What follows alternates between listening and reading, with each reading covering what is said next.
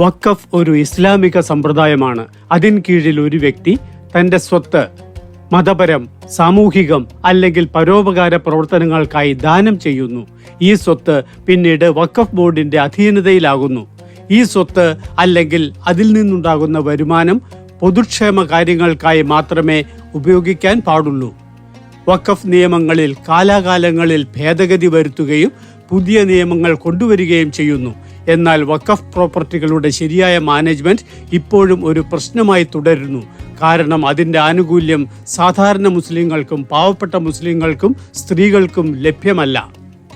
വഖഫിന്റെ പ്രശ്നങ്ങൾ നോക്കുകയാണെങ്കിൽ ബോർഡുകളിലെ കെടുകാര്യസ്ഥത, ക്രമക്കേട് എന്നിവ വലിയ പ്രശ്നങ്ങളാണ്. രണ്ടാമത്തെ പ്രശ്നം സുതാര്യതയുടെ അഭാവമാണ്. വഖഫ് ബോർഡിന്മേൽ ആരോപിക്കപ്പെടുന്നത് അവർ സ്വത്തുക്കളുടെ ശരിയായ കണക്കുകൾ സൂക്ഷിക്കുന്നില്ലെന്നാണ്. കൃത്യസമയത്ത് ഓഡിറ്റും നടക്കുന്നില്ല.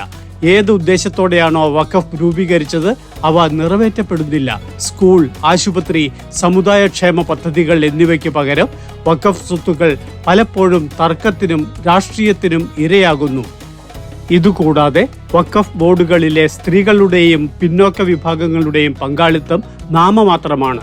രേഖകളുടെ അപൂർണത, അതായത് വഖഫ് പ്രോപ്പർട്ടികളുടെ സർവേയും ഉടമസ്ഥാവകാശവുമായി ബന്ധപ്പെട്ട രേഖകൾ അപൂർണമാണ്.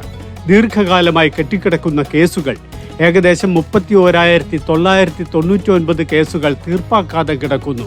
അതിൽ 16,140 കേസുകൾ കയ്യേറ്റവുമായി ബന്ധപ്പെട്ടതാണ്. അനിയന്ത്രിതമായ പവർ, വഖഫ് ബോർഡിന് ഉടമസ്ഥാവകാശം ക്ലെയിം ചെയ്യാനുള്ള പ്രത്യേക അധികാരമുണ്ട്. അതിൽ നിന്ന് ധാരാളം തർക്കങ്ങൾ ഉടലെടുക്കുന്നു. സാമ്പത്തിക പ്രതിസന്ധി, വഖഫ് പ്രോപ്പർട്ടികളുടെ വരുമാനം വർഷം തോറും നിരന്തരം കുറഞ്ഞു വരികയാണ്.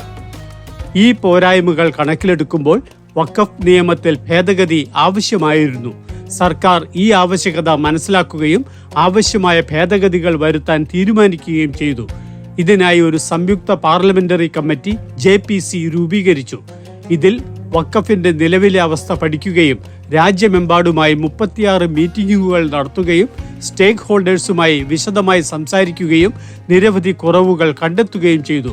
സർക്കാർ നിർദ്ദേശിച്ച ഭേദഗതികളാണ്: കുറഞ്ഞത് 5 വർഷമായി ഇസ്ലാമിനെ ആചരിക്കുന്ന വ്യക്തികൾ മാത്രമേ വഖഫ് ചെയ്യാൻ പാടുള്ളൂ.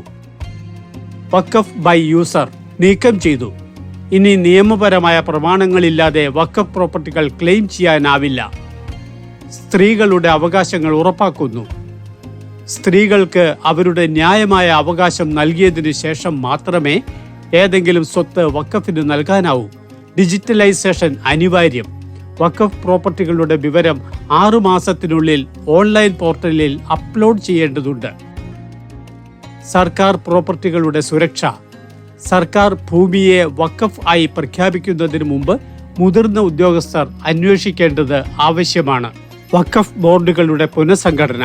സ്ത്രീകൾ, പിന്നോക്ക മുസ്ലിം സമുദായങ്ങൾ, ബോഹ്റ, ആഗാ ഖാനി സമുദായങ്ങൾ എന്നിവരുടെ പ്രാതിനിധ്യം വർദ്ധിപ്പിച്ചു.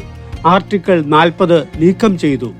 ഇനി വഖഫ് ബോർഡിന് ഏതെങ്കിലും വസ്തു തന്നിഷ്ടപ്രകാരം വഖഫായി പ്രഖ്യാപിക്കാൻ കഴിയില്ല. നിശ്ചിത കാലയളവിൽ അപ്പീലിനുള്ള അവകാശം. ഇപ്പോൾ വഖഫ് ട്രിബ്യൂണലിന്റെ തീരുമാനത്തിനെതിരെ 90 ദിവസത്തിനകം ഹൈക്കോടതിയിൽ അപ്പീൽ നൽകാവുന്നതാണ്. പുതിയ ശിക്ഷാ വ്യവസ്ഥകൾ. സാമ്പത്തിക ക്രമക്കേടുകൾ നടത്തുന്ന മുത്തവല്ലി, അതായത് വഖഫ് പ്രോപ്പർട്ടി മാനേജർമാർക്ക് 1 ലക്ഷം രൂപ വരെ പിഴയും 6 മാസം വരെ തടവും ശിക്ഷയായി ലഭിക്കും. പുതിയ ഭേദഗതി സാധാരണ മുസ്ലിങ്ങളുടെ താൽപര്യത്തിലാണ്.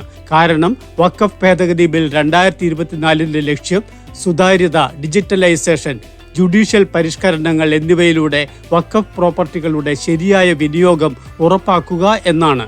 പ്രത്യേകിച്ച് സ്ത്രീകൾക്ക് ഈ നിയമം ഒരു വലിയ ചുവടുവയ്പ്പാണ്. ഇതുവഴി അവർക്ക് അവരുടെ അവകാശങ്ങൾ ലഭിക്കുകയും അവരുടെ സാമൂഹിക സാമ്പത്തിക നില മെച്ചപ്പെടുകയും ചെയ്യും. ന്യൂനപക്ഷ കാര്യ മന്ത്രാലയം, ഭാരത സർക്കാർ. പങ്കാളിത്തത്തിൽ നിന്ന് നേട്ടം.